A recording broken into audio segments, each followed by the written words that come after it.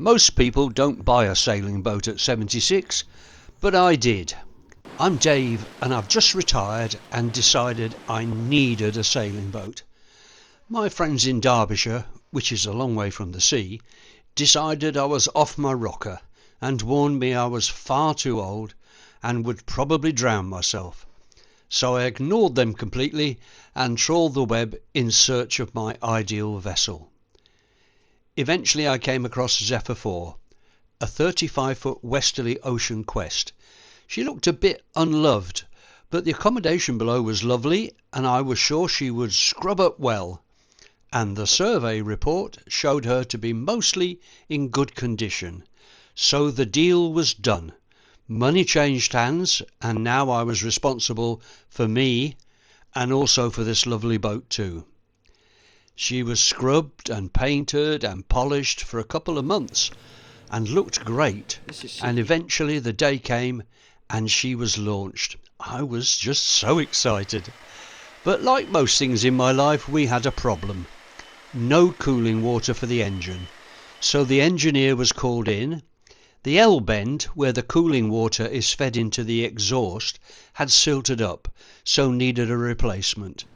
The engine seemed fine after that, and I found a temporary mooring on a pontoon out in the middle of the River Hamble. I have to tell you, I'm not really a beginner. Back in the 1970s, I lived and worked on the River Hamble and did some cruising in my little 24-foot sailing boat called Cumulus. But it's 40 or more years since I did any serious sailing. I'm a bit rusty now, and sadly, my body doesn't work quite as well now as it did then.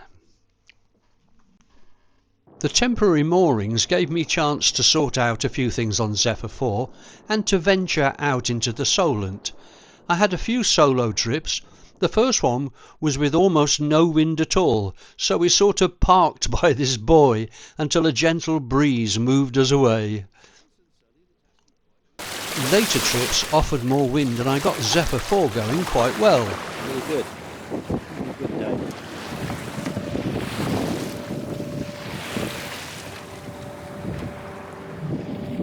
A couple of weeks later I managed to get a mooring in Gosport, and with the help of a friend, Siggy, we took Zephyr IV to her new home at the Royal Clarence Marina in Portsmouth Harbour.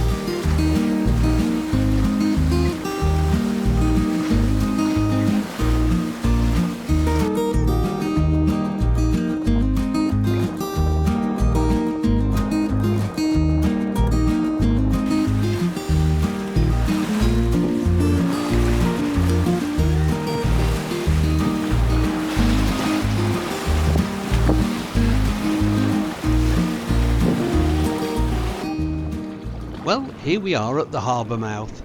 That's the famous Spinnaker Tower over there. Curiously, the steelwork for that was made by the Butterley Iron Works, which is just a few miles away from where I live in Derbyshire. Well, it was. It closed down about 4 years after the Spinnaker Tower was erected. This is going to be interesting, as we'll have to wait outside the harbour while the latest aircraft carrier makes its exit through the narrow entrance. Now, you don't get this in every sailing area, an aircraft carrier on the way out of Portsmouth. It's quite an event. There's hundreds of people lining the beaches and harbour walls, and it's very noisy too.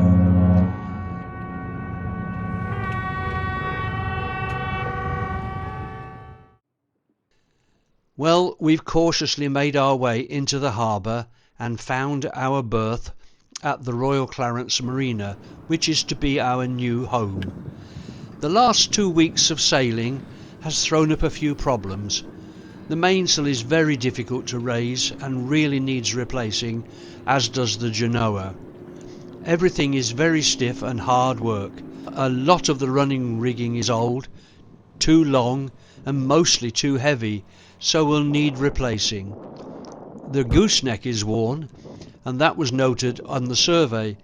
Temporarily I can shim it with PTFE washers, but it will need replacing eventually. The deck is pretty grubby now, so she needs a good scrub.